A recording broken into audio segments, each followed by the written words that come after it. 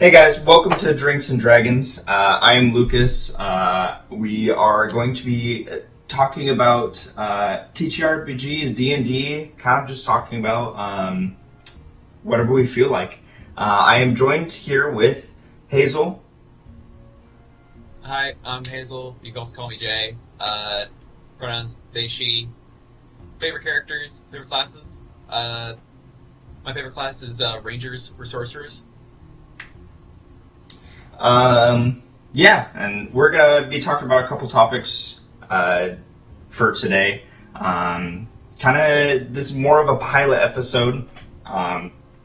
Really talking about our vision, what we're trying to do, kind of delve into the new D&D player handbook, maybe, talking about how we started in TTRPGs and D&D and going from there. So, Jay, what got you into D&D? Honestly, what got me into D&D initially, like one of Lucas and I's mutual friends, he had actually gotten me into it first because I've been friends with him since high school. We started with Sen and Sea, which is a D10 based like kind of pirate system, very unique system. Well, the rulings were really loose. It was like my big introduction into TTRPGs as a whole, and I've just kind of loved it ever since. That was probably 8-9 years ago almost. So yeah, that was a great introduction. It was very. It went for about 2.5 years. So yeah, for a first campaign and lasting that long was honestly shocking. I haven't had that kind of experience going forward, but it was a good intro for sure. Was that the one where you had a friend that blue screened, right? Yeah. During that campaign.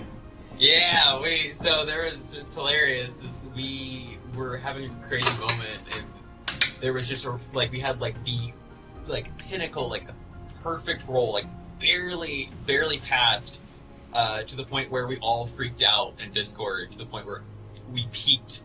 So we had one of our players peak their mic or headset or whatnot, and their computer just crashed completely, and we were gone. We were just like, what happened? Half an hour goes by, we're sitting there just like, oh my god, great moment. We had a pause at the peak, and then of course it comes back, we're laughing our asses off because he completely crashed his computer. So I've never had a moment like that with that much screaming. Yeah, I will say the whole purpose of us creating this too is we're friends offline. We live together. We constantly talk about D&D, what new things, what characters we can create, what new spells. Jay creates a bunch of different classes, subclasses, spells, even tried the Diamond Doubles, your own TTRPG. That will come back, I promise you. Yeah, we got a D8 base system. Weirdly enough, I made it quite before Daggerheart came out, but it actually follows a really similar pattern. Daggerheart rolling similar numbers equal criticals. So there's a lot more complexity to it, but it's definitely D8's my favorite dice. Decided to make a system off of it. Is it really the same as Daggerheart? Or similar? Not entirely the same. It's similar because apparently Daggerheart uses the concept of a D6 and a D12, like a duality die, and if you roll the same number twice, you crit. That's how they do it. And I was like, wow, that's crazy, because I made Diamond Doubles way before Daggerheart was a concept. Yeah, you made that in 2022? Yeah, it was at least a couple years ago, yeah. So... Or start of 2023? Yeah, somewhere around there. But it was a couple month project. I just kind of let that shit rip. It was really fun to work on, and it was actually really cool. One of the creators on Twitter made I can't remember. His name eludes me. But he made a YouTube video talking about the lesser known dice systems, such as D8s, because D8s don't get a lot of love in a lot of systems, right? It's usually D10s or D4s or D20s. So ends up, I just made a D8 system, really unique system, got a lot of compliments on it, made a prototype game, little simple prototype type game. You can just kind of pick up whenever, just pick it up, put it down kind of thing. That's part of the document. Yeah. Fair. So you said, I already know, but you said that you started in Seven Seas. That's also where I started. But we were not in the same campaign. Yours was, again, 2 years, I think, before I joined. Yep. We started another campaign going forward. It was set in like a One Piece-esque world. God, I cannot believe my first fucking D&D was a One Piece. Right. Like, not to blame anyone that loves One Piece. It's not a bit. It was just shocking that now we're just like exclusively playing 5e. And we started with an anime where we're both like not even that big of anime watchers. I think it was very interesting from where we've gone since. For clarification, I don't dislike anime, but I do not enjoy it. I think the two I've enjoyed is Rising Shield Hero and Attack on Titan. Yeah, both are fantastic animes. Every other one of that I've tried to watch, I'm like, I don't think this is very good. But my own opinion, whatever. No, for sure. What? Everyone's entitled to it. Well, most people, but you know. Let's talk for another day. What do you think about TTRPGs or D&D as a whole? I think a big thing is a lot of people look at it as just kind of like a game, but I think it's a little bit more than that. It's a huge like bonding experience with a lot of your friends. Like there's like a lot of dedication, especially time-wise. Like a bi-weekly campaign, 3 hours of like that's an hour and a half a week you're dedicating to just a group of friends, right? Like scheduling issues are a huge thing for sure, but like I think I've made most of my friends. Like it started off with some video games, meeting people online, but it's definitely like evolved and I've bonded a lot more with people, being able to share experiences throughout Dungeons & Dragons, and I think I really value the social aspects of D&D, as well as just like, I mean, I got to explore a lot of my identity, and you know, projecting onto characters and whatnot, just having like very cool characters, but characters that also reflected like pieces of me, right? And that was a good way to explore like who I was, and I've definitely like really like it's a big part of like my formative years throughout like high school and through college. Like I definitely felt that it was like my main way to escape from reality and live a life that I now have kind of put into myself as like this concept for a character is now like something that I use in my day-to-day. Right. So definitely a lot of piece of identity and social aspects is like my biggest part of D&D and like why I love it. I mean, it's like the same thing about like even going to like a friend's apartment and just hanging out and playing like Switch games or going out to like. I mean, it's not the same as going out to like a bar and stuff, but it's like the same concept. You really are just going out to hang out with friends. And in this sense, it's like, alright, I know I got a bunch of nerdy friends. I'm a nerd. Let's just do this thing. And be nerdy together. Right? It's a good way to have memories, right? Like something you could always talk about, just like, miss this character, or like, oh yeah, we can always just like, I mean, shit, we've made a really good mutual friend. Like, I introduced one of our buddies, Ron, to Lucas through a campaign, and now we're like all best buds. Yeah, and I don't know if we've hung out together outside of D&D, but we've definitely talked about hanging out outside of D&D and stuff. But I mean, it's also just a great excuse to invite everyone over bi-weekly. Oh yeah, because you know. Being young adults, we get caught up in life, and it's a nice refresher to be like, okay, today I get to hang out with friends. Like it's not optional, but it's a commitment that we've all made that like, all right, I get to hang out with people and play D&D and act like a stupid barbarian for 3 hours. You know what I mean? For sure, like you get to completely take on a new persona, and I think that's a big aspect of D&D being just escaping from whatever's going on in life, or if anything, enhancing what you've already got going on, right? Just sharing those moments and those memories are just such a valuable piece. So it's a good way to just hang out with friends. Like I think that's the big thing. I can't imagine playing a campaign without people that I don't like, or with people that I don't like. Like that's impossible. Or doing it with random people. Right. Like, I understand, like, you could definitely, like, try to make friends that way. Totally understandable. I don't think I could see myself not understanding or not knowing the people around me, because I just want to be able to have and share those moments with people I already care about. I think if I had a good, like, voice acting background, I could for sure jump into just a random D&D with random people and be like, all right, guys, let's do this. But it's the thing of, I know my friends won't judge me for my terrible, terrible voices. And stuff like that, but yeah, I don't know. Yeah, no. I mean, like, I do voice acting as like little hobbies and stuff, right? Like, that's, D&D is kind of like, made me find out that I love that the shit, gateway right? drug. Like, I love doing voices. Oh, no, it really is.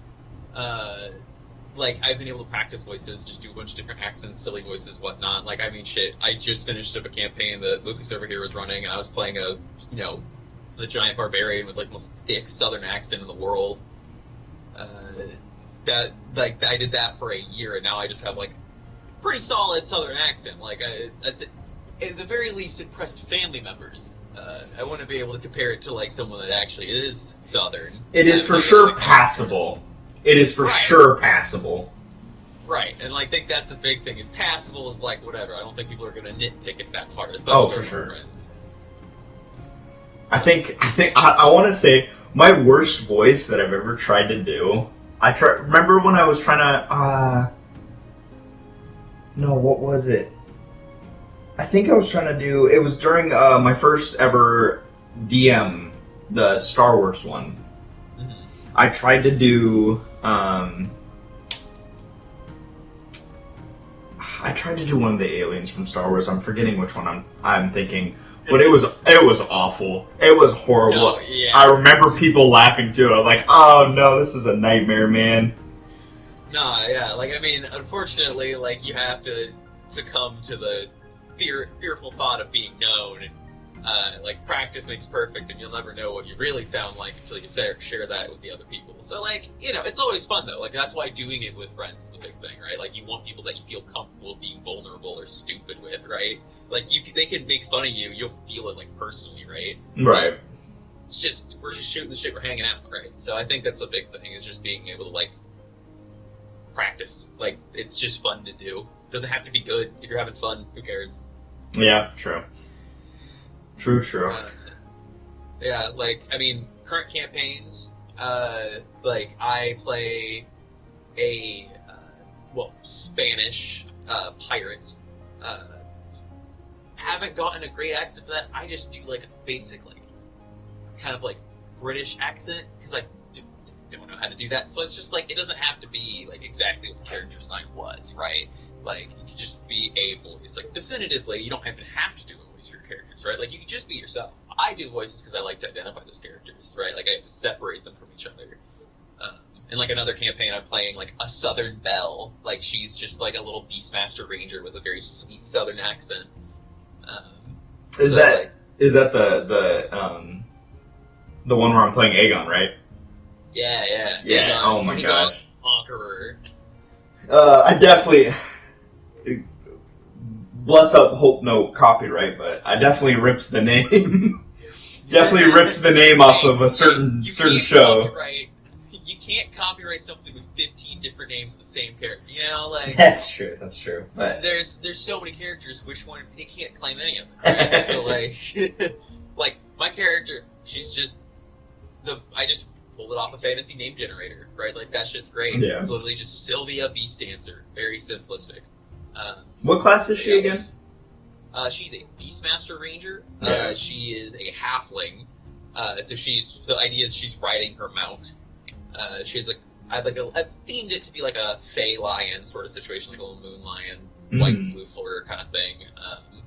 Yeah, there's a little bit more interesting parts to that story as well that haven't been uncovered yet, but I've been working with the DM of that campaign, which is also the DM that introduced both of us to the TTRPGs, like, as 7C. Like, that was the DM for the 7C is now running this campaign. Right, yeah.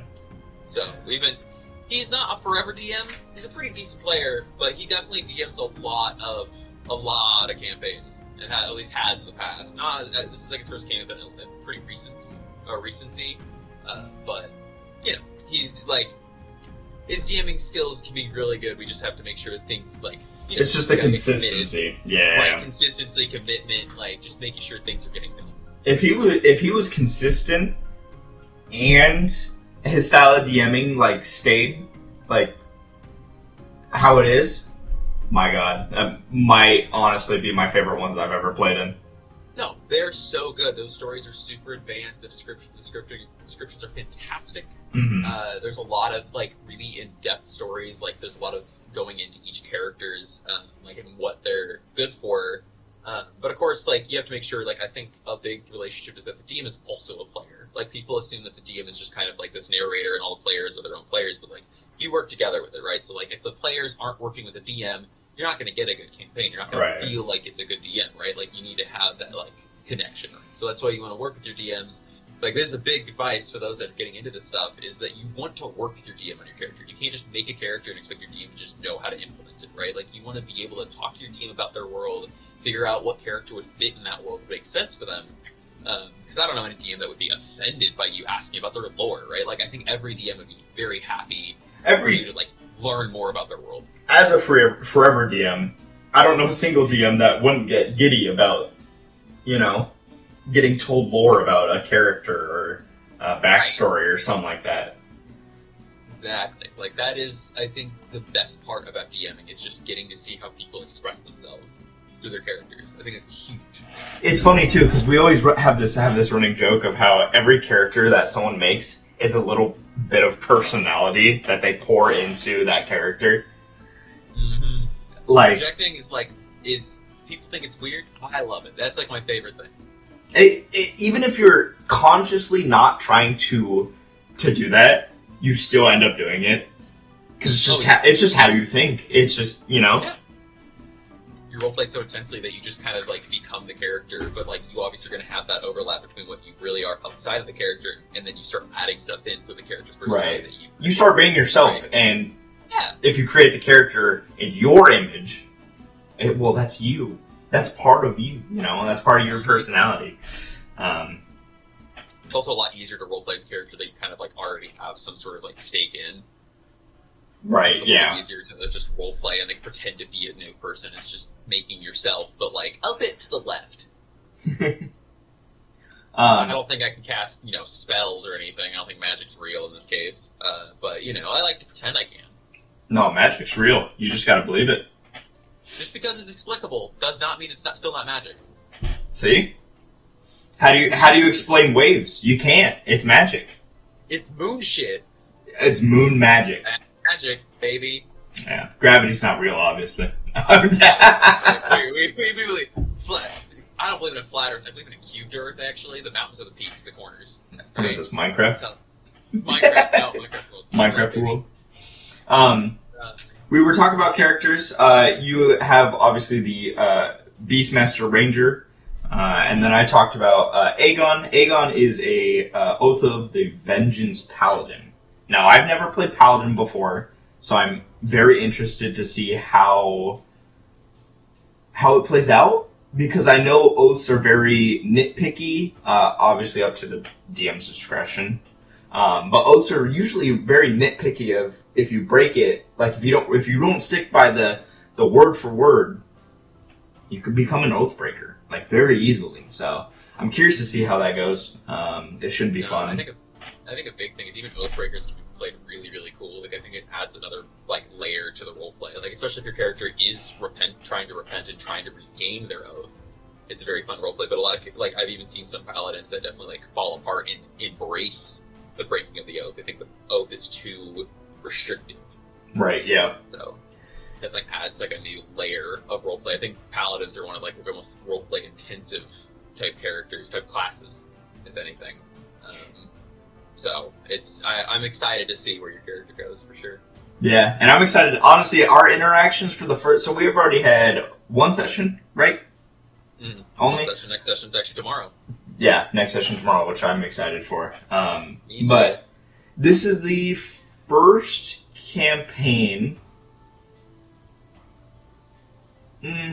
I was a player in yours for a little bit, but unfortunately I did drop out for personal reasons. But yeah, there's a lot of reasons behind that. That campaign just ended recently anyway. I'm not too proud of it, but it was fun while it lasted. Again, that's the whole thing that we talked about earlier for TTRPGs. You're just hanging out with friends. It doesn't have to be amazing. I guarantee most campaigns that don't end in a way that everyone's happy, but everyone had fun throughout the whole entire campaign.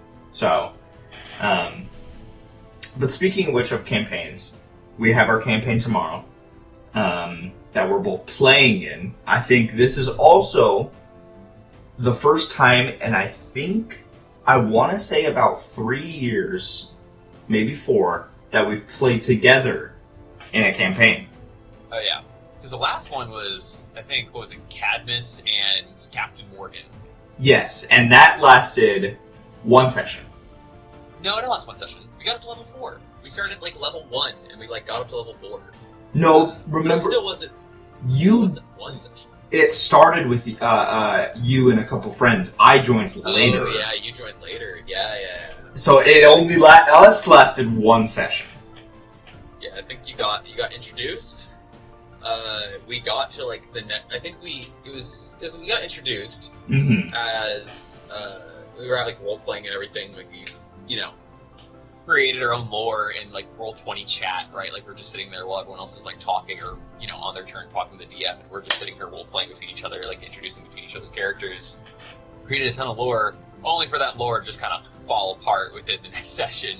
It didn't matter when the campaign ended. Next session, it was we got a message on Discord that was, "Hey guys, I'm not really feeling DMing right now." And I remember because we've been living with each other. I think during 4 that. years. Yeah, we would have been living. Yeah, no, because I feel like. Yeah, that was in our first apartment. First apartments. Yeah. I remember we looked at each other like, man, Man, we just worked so hard for this lore. Like, this would have been awesome to play out and like just find figure out. Like, it was very like end game stuff. Like we talked about how our characters like somehow had a connection like with lore and stuff. Like he was searching for a ship of some sort. My brother was like an ancient, like a shipwright that worked, or like my lineage was like a lineage of like really powerful legendary shipwrights, right? That had built like so many different ships. right. And I think that was like a really fun thing. It's just like cool. So now we have like some sort of connection that we just kind of built within this chat. Like this was not something I planned with my character, but I was like, fuck it. It's biggest thing about D&D. No matter how much you plan, 99% of it's going to be improv. It's going to be improv. The storyline's going to be derailed for probably a session or 3. It never goes to plan. And that's honestly is one of the beautiful thing about TTRPGs and /D&D is it's all improv. Yeah. I know what's going to happen. I'm so surprised, by the way, like looking back on my personal life and then looking into D&D. Why are theater kids doing D&D? I rarely see theater kids doing D&D, and I'm like, it's literally improv. It's not a script, sure, so that might deter some people, but you're building your own character. You're not just like given a role or something, and you improv. Right. I mean, the big thing is that I think it depends on like the group of theater kids, right? Because I feel like for the theater kids on my end, like it was definitely like a split. Like half of them were just like, oh, I'm not into that nerdy stuff, right? Right. More into the film and media stuff versus the ones that are just like, I love role playing. I love like taking on the role of a character, right? And they honestly, weirdly enough, at least in my experience, this is again, theater kids is like that's the classic D&D stuff, right? Like role playing. Right. But in my experience, it's like I have realized the technical crews of theater side honestly are more into D&D than I've seen with some of the actors, which again, that is just experience. I feel like that is very like different for a lot of people. Like there's a lot of voice actors and actors that play D&D like in current media. Is that like the sound people? Is that what you're saying? Yeah, like sound and stuff? Light, sound, all those that kind of people that are all behind the scenes. A lot of them were into D&D. That's how I like ended up. That's another story. But I ended up running a 12-person one-shot. Never again. But that was like all theater kids. Yeah. Like predominantly theater kids. So I know what a one-shot is, but what is a one-shot? So one-shot, it is kind of not a lie, but most of the time it doesn't end up actually just being one session. In this case, it was. One-shot is like you build a character for like a couple, like just a one-session little quest or something maybe. And like there are some situations where one-shot might extend for a couple more sessions after that. Like you haven't finished the story completely. You might just be like, a one-shot is just like you got one character, one little arc or something, finish off the arc, right? And it's a great way to like introduce new people to D&D, right? Like it's not a ton of commitment. Like you could just kind of keep it going, have like month to month if you need to. Let's work the schedule better because it's not like a huge dedication, right? It's only supposed to be a couple sessions, a couple hours even, and depending on how much you do. Like I did mine on like a Halloween night. It lasted like I think 5 hours. It was like from 5 p.m. to 10 p.m. Something like that, yep. Stat down. It's a lot. But DMing, like I just designed like a quick little easy maze for everyone to travel through, whatnot. Everyone just got that kind of role play. I do not recommend 12 players per campaign. I think, at least personally, golden number for me, I like 4 players. 5 players is good. I think 6 players is too much for me. Now, of course, there are people that run with plenty more players. Me. I just prefer to 5 4 5. Yeah, right. Like you run with 6. I think most of the time I run with 6 players. I think right now in my campaign that I am running, we're running with 5, including you. Yeah, 5. I just looked. But I don't know. I think it does obviously vary person to person of how much they can handle. I am, with my background, I'm very used to managing that many people at once. When it comes to like letting people talk and stuff and directing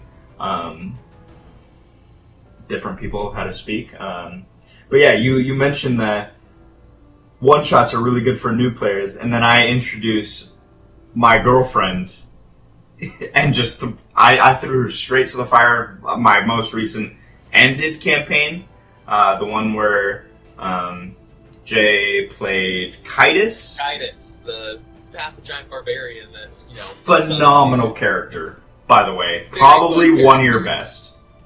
Oh, yeah. That character was just like, I just decided to let that shit loose, right? Like, that just didn't have any inhibitions. I just roleplayed whatever felt natural with the character. The character became very... I mean, he had a 4 charisma, 9 intelligence. Like, he was not a smart dude and not very socially adept, to say the least. Yeah. Jokes went right over... Yeah, I was a little over a year. I looked back and it was a little over a year. Yeah. So that's I mean, to have a player be in that for a year is like, sounds like a lot, right? Like a long time, but especially if you're hanging out with a person naturally, as you said, with friends, like you're already going to be around them, right? Like it's not weird to separate that and like keep committing to something that you're not, you know, going to be around the people already. Right. But I mean, like shit, my first one was 2.5 hours or 2.5 years of a campaign. Like that's an insane intro. Yeah, I don't think other than my last one, which was called The Adventure of Excalibur, I did a theme around Arthurian lore and stuff like that. Merlin was in it, Arthur, Morgana, Mordred, all the famous legends. But yeah, I don't think other than that campaign, I don't think I've ever been in one longer than that. Personally, unless I'm forgetting one. I don't think so. I think like most of the ones you have been in have kind of like fizzled, fallen apart pretty quickly. Like you haven't really like that is biggest enemy in D&D, scheduling conflicts, scheduling and motivation. A lot of people lose motivation very quickly to play in a world. Because I feel like a lot of us, especially me right now, I'm hitting a hyperfixation block where I'm like, I really wanted to do this, and then I realized maybe it was more of a hyperfixation.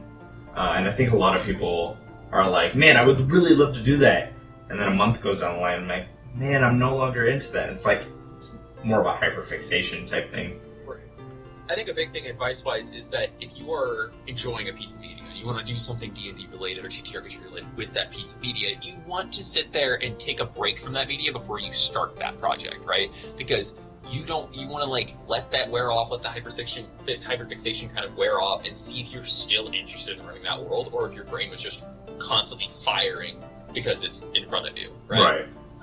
That's like with you and Don Machi. Yeah, right. Like Don Machi, like. Love that anime. Finished like the 4th season. 5th season's coming out soon.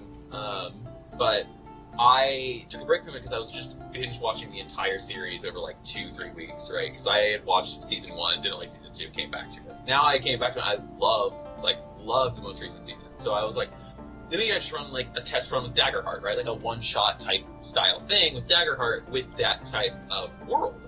Just to have it really easy, like just classic adventure, go into the dungeons, come out, be done with it. But that's still in the works, but that is something I'm still interested in doing, and I've taken a break from watching it for like months, like 2 months now.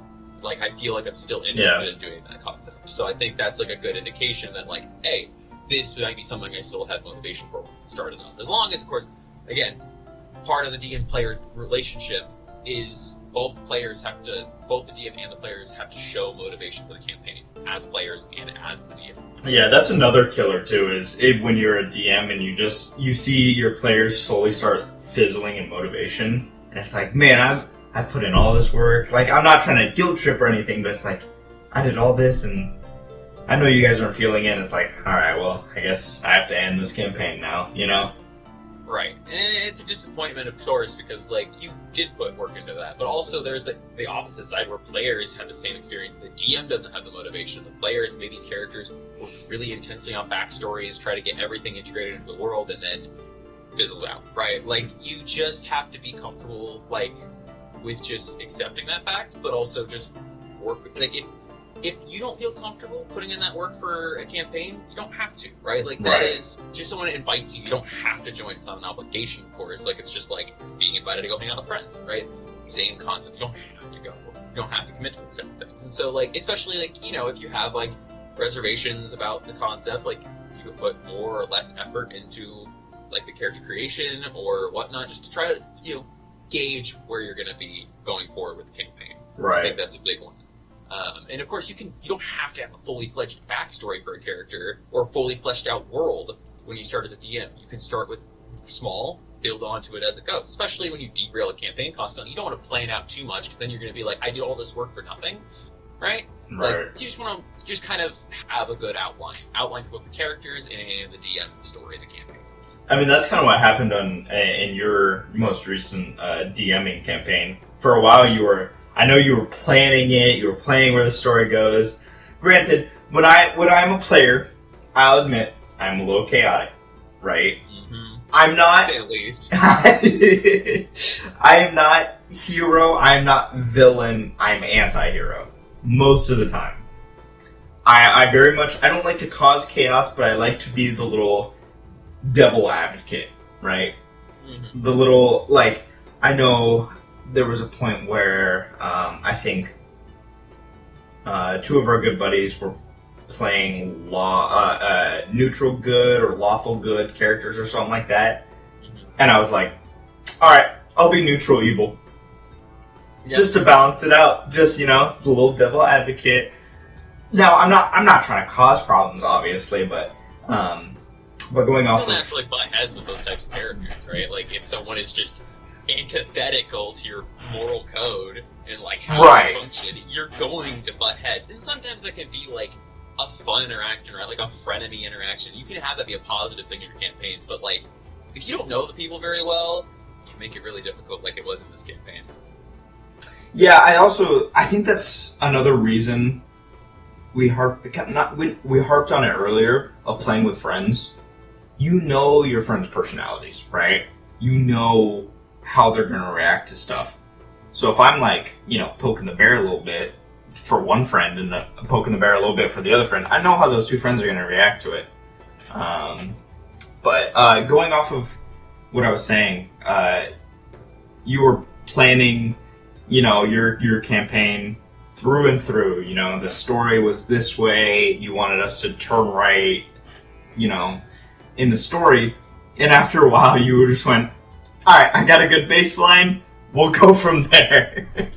Every session was just, all right, here is a mini outline. At this point, fucking off the rip. Go nuts. This character now exists. Yeah. This world now exists. Like, this item is a thing now. Like, because of how much it got derailed, it was not demotivating, but it definitely made me think and take a step back and be like, I'm going to burn myself out if I keep planning things that I just can never expect what's going to happen, right? And that's part of DMing, of course, but like when you go and do as much work as I did, prepping the world, cultures, the different gods and goddesses, like that part of the world, and players decide to go, you know, dig up some dirt just because they could, Yeah, you kind of just get a little perturbed. Not perturbed per se, more so just.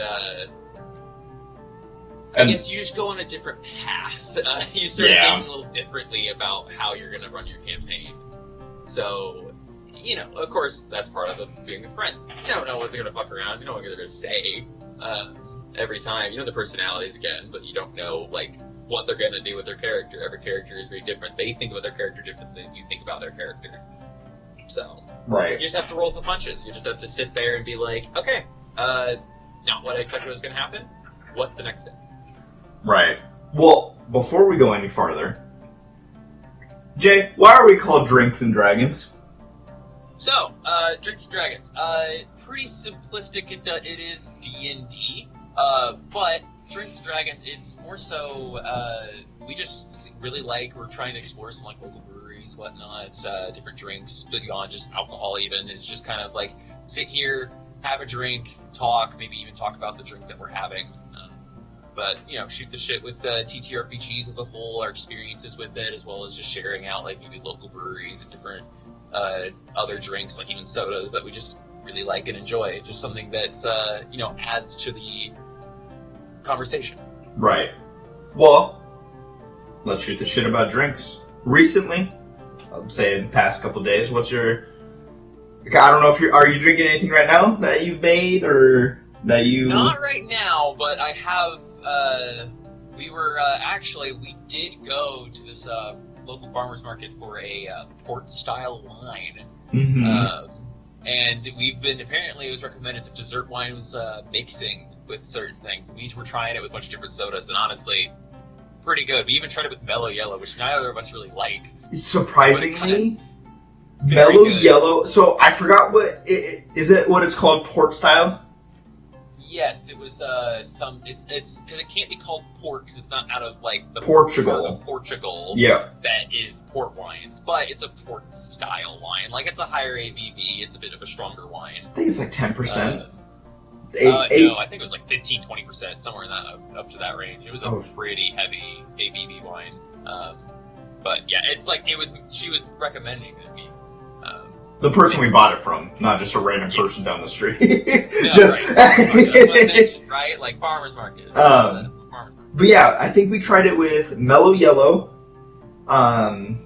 Manzanita Soul. By the way, if you guys have not tried Manzanita Soul, apple soda, baby. It is apple cider soda. Apple soda. It's just fizzy apple juice. I'm gonna be honest. That's the best way I can. Shit. But we tried it with Manzanita Soul. It turned the Manzanita Soul into a caramel apple for me. It's like a diluted apple pie for me. Yeah. It kind of felt it was pretty good. I remember you compared it to a apple. What was it? Apple fritter or apple crisp? Crisp. That's what it was. Yeah. It was kind of just a less sweet type, not very cinnamony, just kind of lack.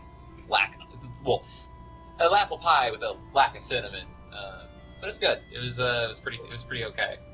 And then it made the Mellow Yellow. Honestly, turned to a lemon bar, right? Yeah, lemon bar. That's what it was. Yeah, it was a lemon bar.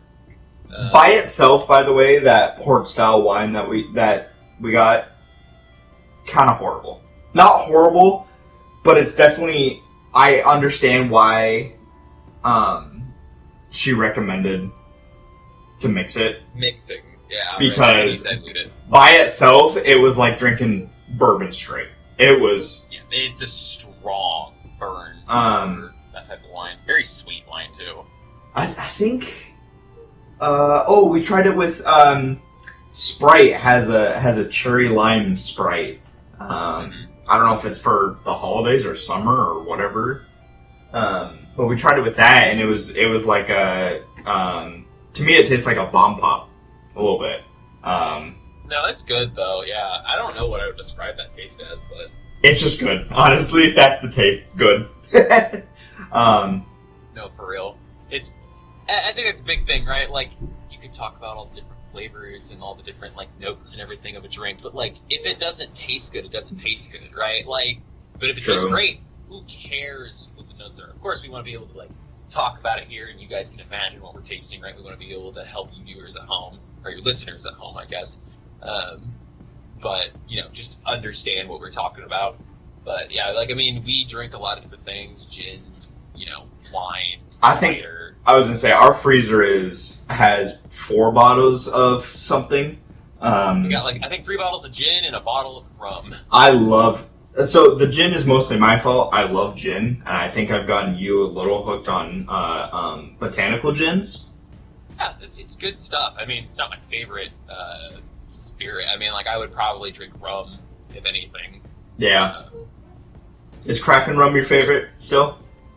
I do really like Kraken rum. I'm not gonna lie. Maybe I'm terrible for that, but I like Kraken rum. Also, really like Crown and root beer. I'm also a problem for that. Crown is Crown root beer better. Crown is one of those drinks where you feel fancy because of the bottle and the little bag it comes in, but it's cheap. It's so cheap. Let's go back to D&D. Just want to explain why we're called Drinks and Dragons. We're not alcoholics. We're just aspiring. No, not actually. Yeah, but we just really like drinks. Cocktails, breweries. I know your favorite brewery. Shout out to Brick River. They'll probably never hear this, but maybe. If you do, love you guys. They're phenomenal. A 4 handle from you guys. I got that shit hanging up on my wall. They're out of Missouri. St. Louis, Missouri is their home base. I know they have another location closer to Kansas City. Summit, I think. Yeah. Summit, Missouri. But they're phenomenal. They make some of the best ciders. If any of you are cider people, I know they're in liquor stores in the can. They're honestly really good. Yeah, they're really solid. I would honestly, if you can get it on draft, though, get it on draft. 100%. It's infinitely better. Honestly, if you can't buy it off the keg, buy it by the keg. It's good. For real. That's what I was trying to do. That was. But those kegs are expensive, man. You get a small one for $300. Which isn't a lot, but... Small price to play for Brick River. Doing keg stands and stuff. No. Going back to D&D, we're talking about the campaigns that we're in right now. Where, we talked about our ones that we're both playing in. The one I'm DMing, the pirate campaign. I'm a DM that I really like doing themes. Creating my own world is not daunting, but I have more enjoyment bouncing off of something I personally very much enjoy and love. Obviously, I'm a nerdy kid. No, I'm a nerdy guy, not kid, I guess. But Pirates of the Caribbean was very much a huge thing in my life when I was growing up, watching it constantly, watching all the new movies as they came out. So being able to DM something like that and have all my friends experience it is great. And I know you mentioned your character, the Spaniard British thing. Something European. That sailed over. I won't say too much because I know our friends will probably watch this, and I don't want to, spoil any backstories or plots that might come up. But I have many plans for your character. Honestly, I always have great plans for your character. I've come to realize. Kaitis. Lots to work with. That's how that works. Kaitis had such a beautiful ending. We didn't. Rest in peace. We didn't talk about it, but Kaitis started in a cabin in the woods and ended in the ninth circle of hell, saving one of the other players as a last hurrah from what is the demon's name? Zariel. Zariel. Saving our player. Sacrificed myself to help us escape after the circle of hell was collapsing. It was just a beautiful ending for Kaitis and everything that Kaitis went through. He lost both of his parents, found another family, found love for got married to a goddess. Ardio. And Ardio, literally the Celtic bear goddess, and then proceeded to die in the ninth circle of hell by sacrificing himself to open up a gate. Ninth level spell, baby. Yeah. So our background is both in how we came to know each other's Smite game. So I had a little play on words, if any of you know Smite game. Well, Kitus's dad and mom was named Aegis and Puri. Aegis. Purification. Purification beads. Yeah. And it was something so simple. I had to think of it literally on the spot because you asked, what's my father's name? And I went, shit. Yeah, for real. I was like, Aegis. Aegis and Puri. Yep. Easy peasy. And for those that don't play Smite, if you play like League of Legends, it's like what? Cleanse. Cleanse would be like an immunity. Puri, and then Zanya's would be Aegis. Yeah. Zanya's is like Aegis. So there's a little bit of a connection for you guys that don't play Smite, but might play like another MOBA. Honestly, if you don't play any of those, you should. Honestly, Smite's phenomenal. Smite 2's coming out. We have our grievances with Smite. We had a lot of hours going into the first game, but we're approaching 7,000, and you're over that. I am approaching it. We also did play competitive in those, so that's a little skewed. It wasn't just mindless, but yeah. But no, going from Kitus and then going into Zisha. So my first ever campaign that I DM'd, I was so nervous. So I based it around something that I am borderline obsessed with, Star Wars. There's a TTRPG out there called Star Wars 5e. Phenomenal system. You guys should really check it out. I think they revamped it too since we last played, by the way. It's under new management, and they completely added new stuff, changed some stuff. I don't think, honestly, you can do your broken build anymore. Oh, no. From what I've seen. But yeah, I'll let you explain Zisha, but Zisha probably had one of the best character developments I've ever seen in a D&D. Yeah, so, for reference, Star Wars 5e, if you're familiar with D&D 5e and on Star Wars 5e, I was playing the Engineer class. Engineer class is very similar to, combining, maybe a little bit of Bard and Artificer, right? Mostly Artificer, but a little bit of Bard qualities, right? So, race-wise, for those that are a bit more into 5e as of recent with the Spelljammer stuff, Codger G, the race I was playing, is very similar to Thrycreans, which is like the insectoid, like multi-armed creatures with like an extra hide. But they are not really insectoid. Just the abilities they have are very similar to Thrycrean. They're more like wolf, like bestial. Yeah, he was. He had a whole big backstory. His father worked for the Separatists. Eventually was killed after I tried to defend him. I went off to the Brock system, like Cal Kestis came around, had a meeting with, after repairing a Jedi ship, had a meeting on Coruscant with the Senate. Tried to destroy all the join or destroy the Pikes and run my own syndicate. Failed after getting betrayed by the Hutts, and then ended up deciding to destroy all of the syndicates, which I succeeded, and at the end, terraformed all of Tatooine.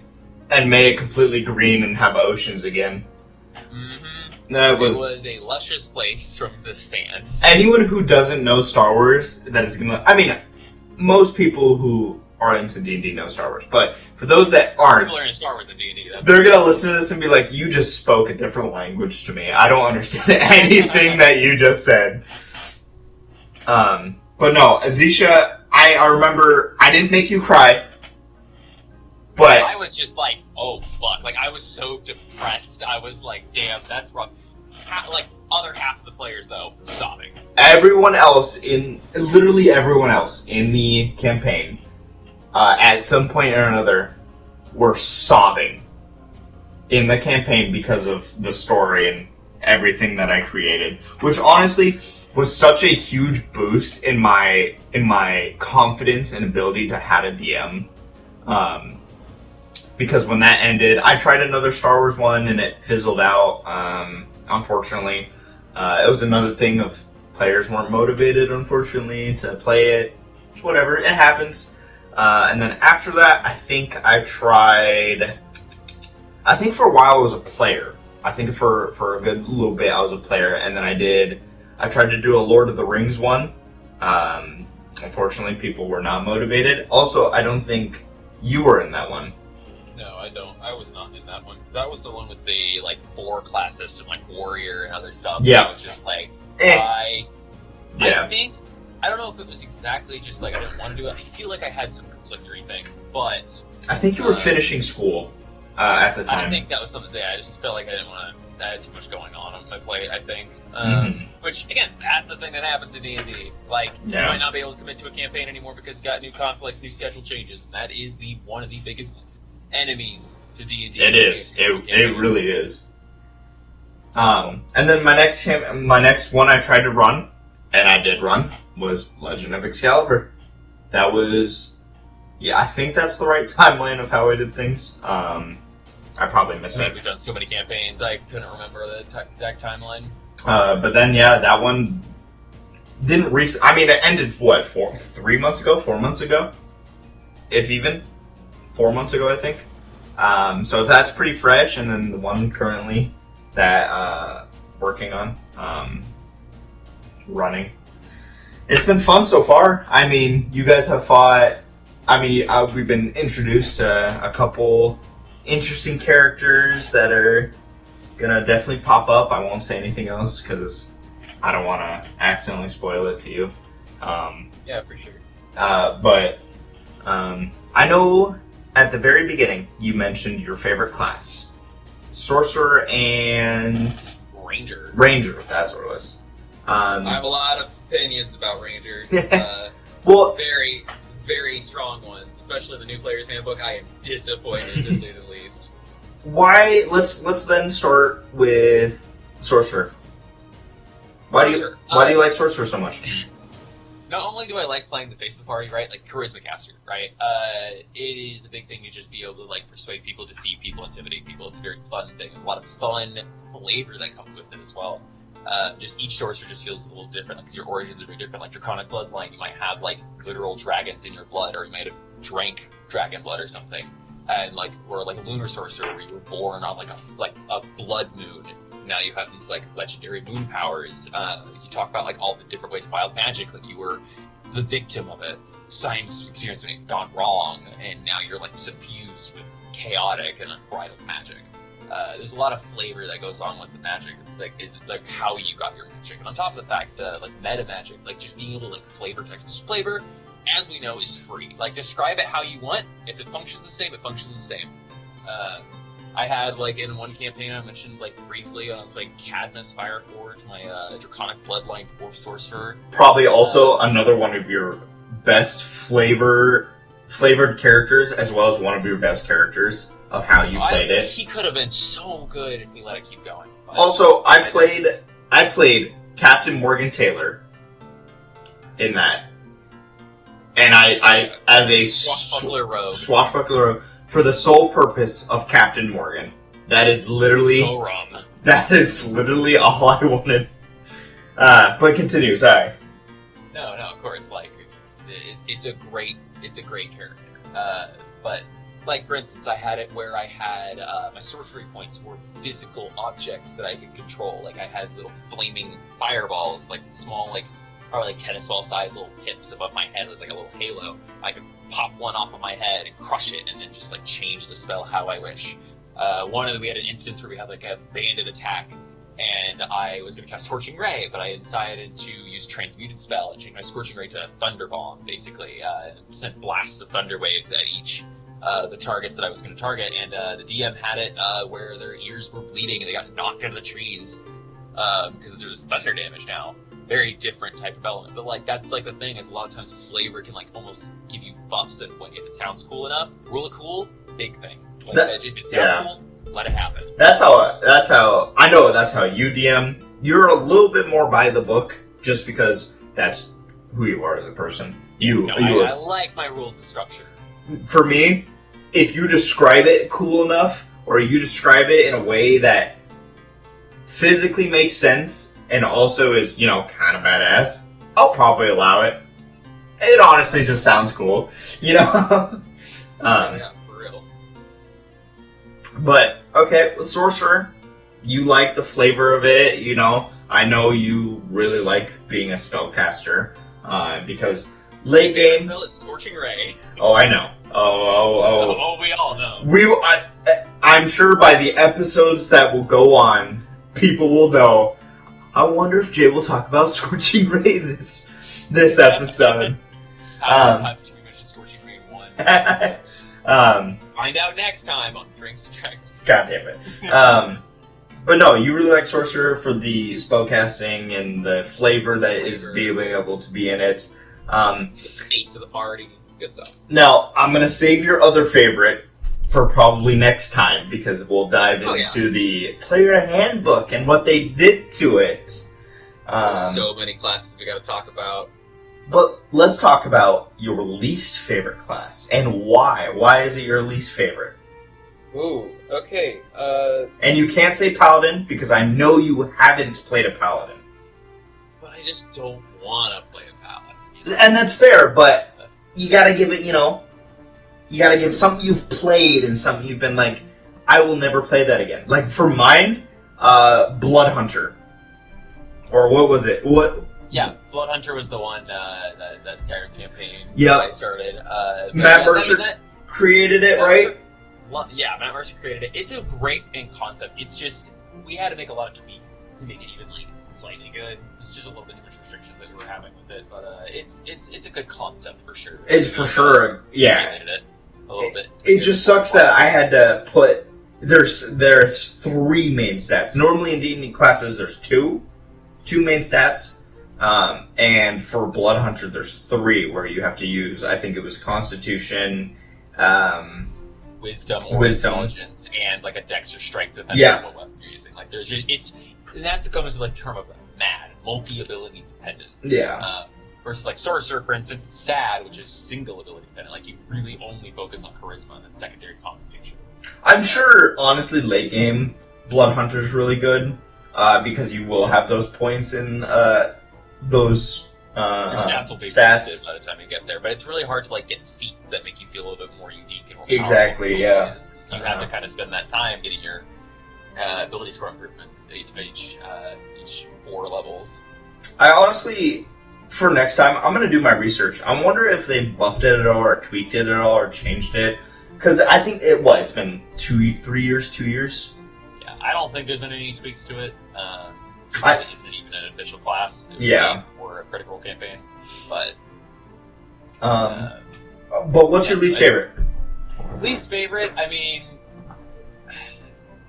I have played a variety. I mean, honestly, I hated playing Engineer in Star Wars 5e, which is equivalent to the Artificer. I really just didn't I don't know if it was a subclass or what, I just did not have fun playing that class. Loved the character, didn't like the class that much. And Ace D&D, not gonna lie, at least later in the game, didn't enjoy playing Barbarian.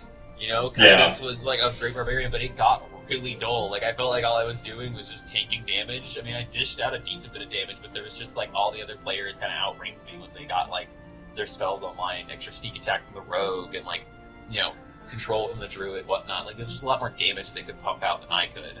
We had the paladin as well, Divine Smite, big boosted damage. I really only had a big ass pole arm that I was using. I think in D&D though that's the great balance, because I know there's a lot of the martial classes are, except I think for monk, I think for fighter and barbarian though, early game phenomenal, fight, hit hard, stuff like that, and later they fall off. Well, for wizard, sorcerer, warlock, they're squishy glass cannons early game, and then they become late game monsters. Reality distorting, characters, right? That's the fun stuff. And I think that's the great balance of D&D parties, and how D&D is kind of balanced as a whole is if your party is, all warlocks, sorcerers, and stuff, you're not really going to have a good time early. You're going to be, constantly asking the DM, hey, can we level up? Literally. But not saying that's me or anything. definitely not. Definitely.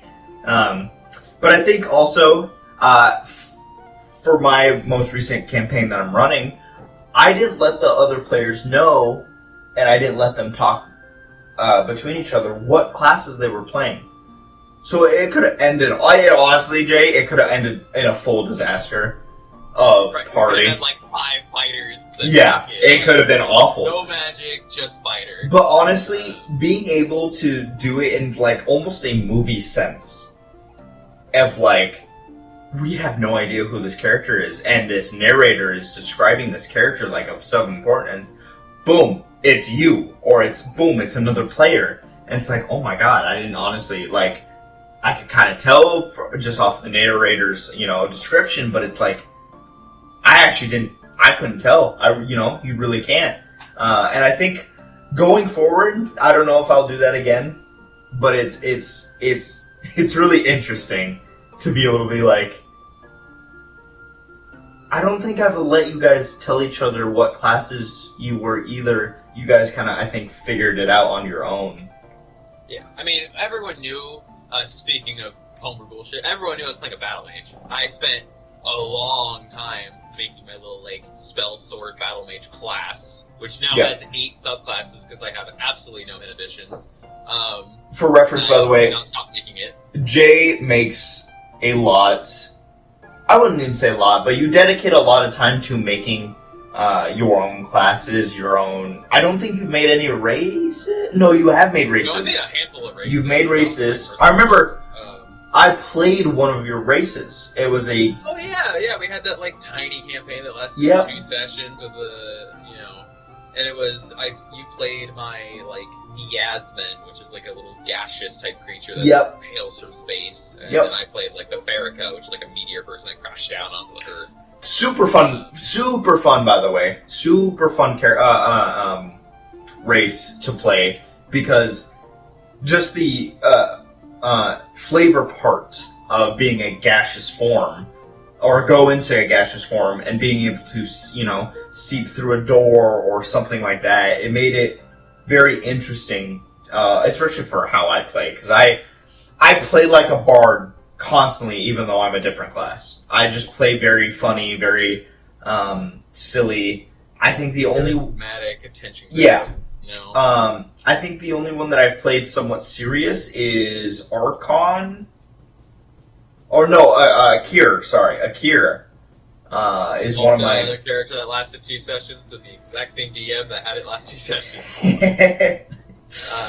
But yeah, that was an ancestral guardian Goliath. Revenant. And I played Revenant, the UA of being able to come back from the dead until your goal's completed. And my character was a strength-based ranger, Icaria. She was a custom little Arctic elf I had made.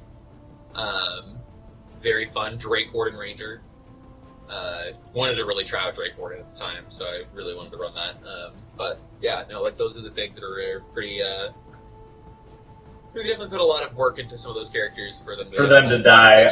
Don't worry, I have those. Honestly, if more campaigns pop up, I have those in the back pocket. I'm waiting for some campaign to pop up, and I'll be like, I'll play Akira into that, or I'll play, character X, or whatever I want to play. But no, the Akira and Icaria were actually tandem characters. We decided to incorporate our backstories and our characters together. My Revenant, best friends. Yeah, best friends, kind of mentor. Rivals as well. Yep. But how Revenant works is, Revenant dies, and 24 hours later they come back. Well, they're kind of soul bonded in a way, bonded to something they're trying to protect. Well, my something was Icaria. So I can keep Akira could have kept dying and dying and dying, coming back days and days later. But as soon as Icaria died, is when Akira fully died and never came back. literally, like, he had to keep me alive, otherwise both of us are just dead. We both make new characters. Mm-hmm. So, which is really fun concept. I mean, like, honestly, having characters that you build with another player that's in the campaign that you know you're going to be with is honestly a really fun way to, like, for sure, liven up the role play. Absolutely. But so you said, I have the memory of a goldfish. Your least favorite character was Artificer.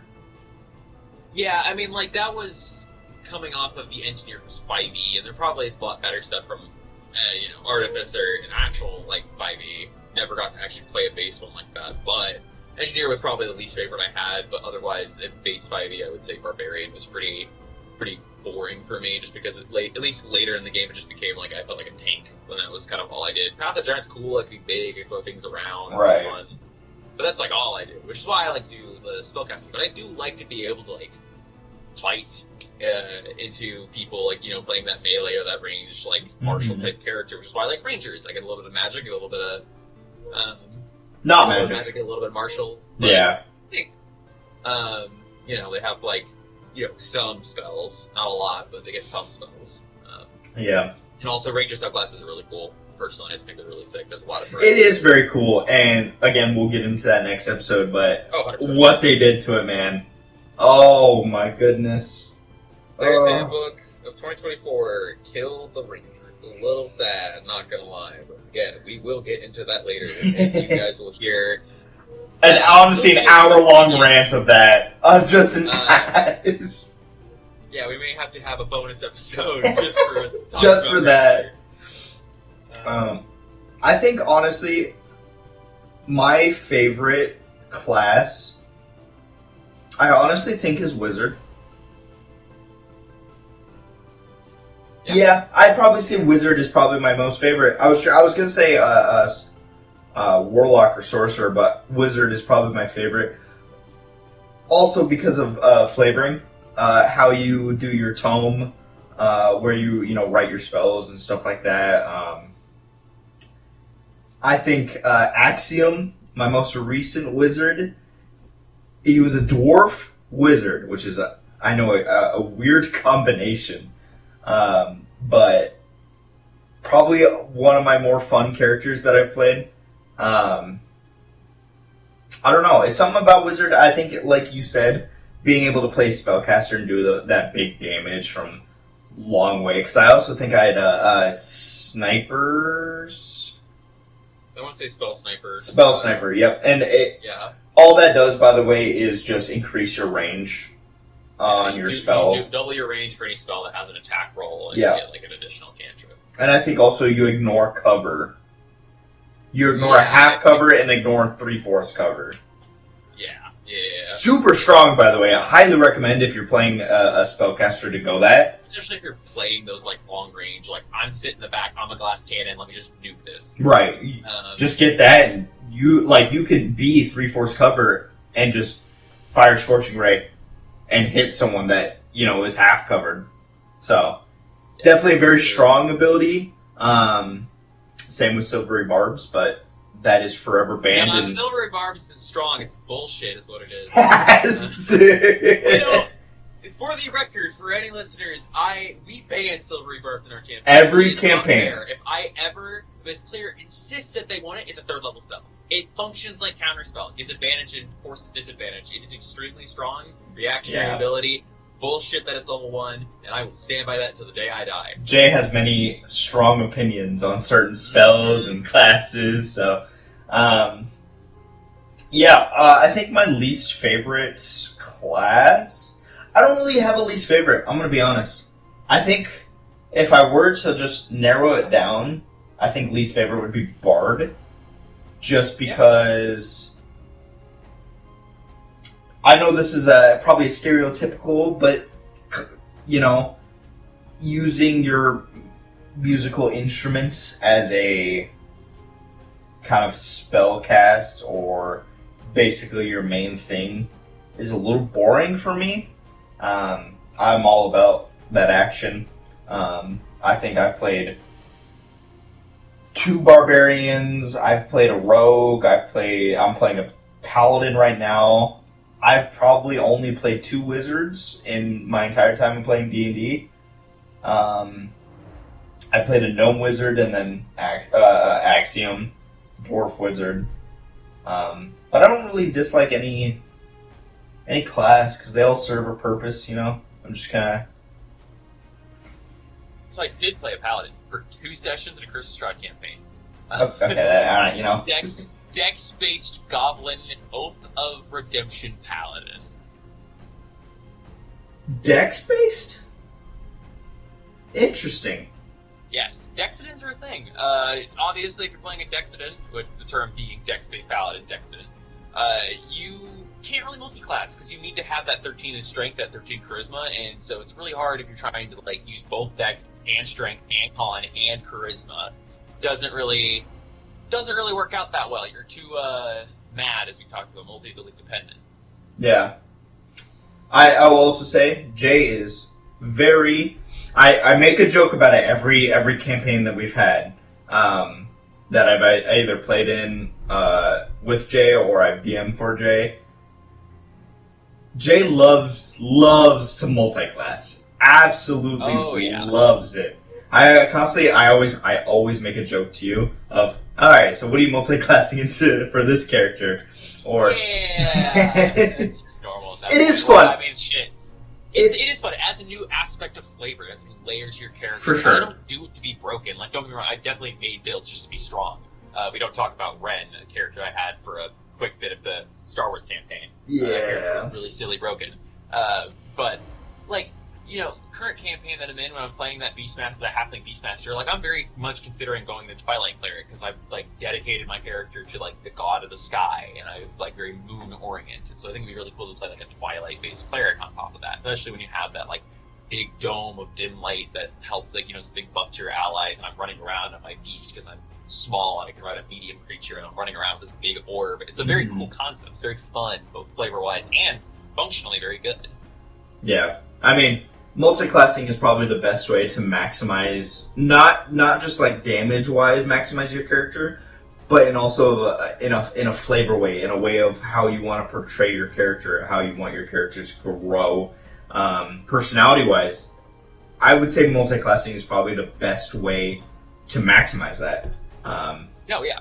I mean, if you really feel like you can't decide on the exact character concept with the class, multi-class. Yeah, easily. Yeah. You have a niche. You find that niche. It's also the best thing about TTRPGs or D&D. It's so it's water. It's so loose. You D&D TP the base of 5e what everyone thinks of when you say D&D.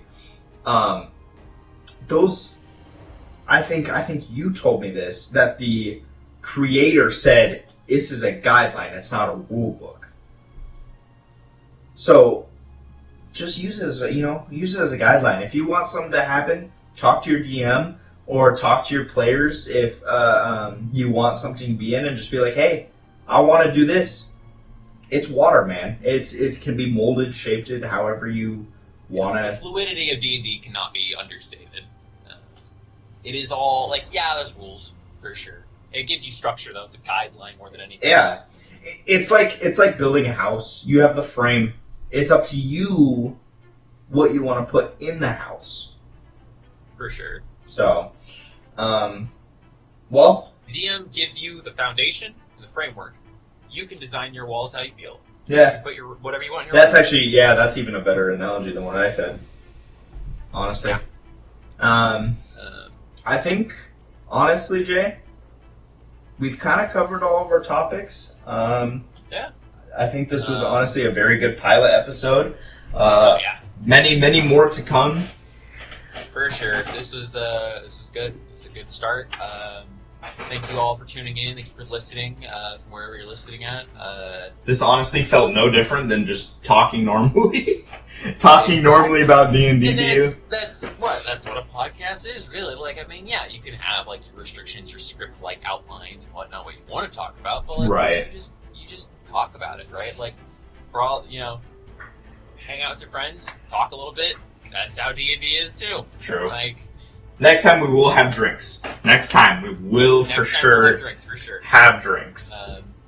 should be coming in 2 weeks from when this releases. We'll do it we should be doing it bi-weekly. Mondays. Yeah. So,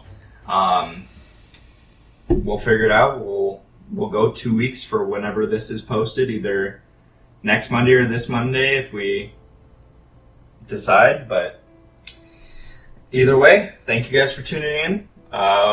See you in 2 weeks. Yeah. See ya.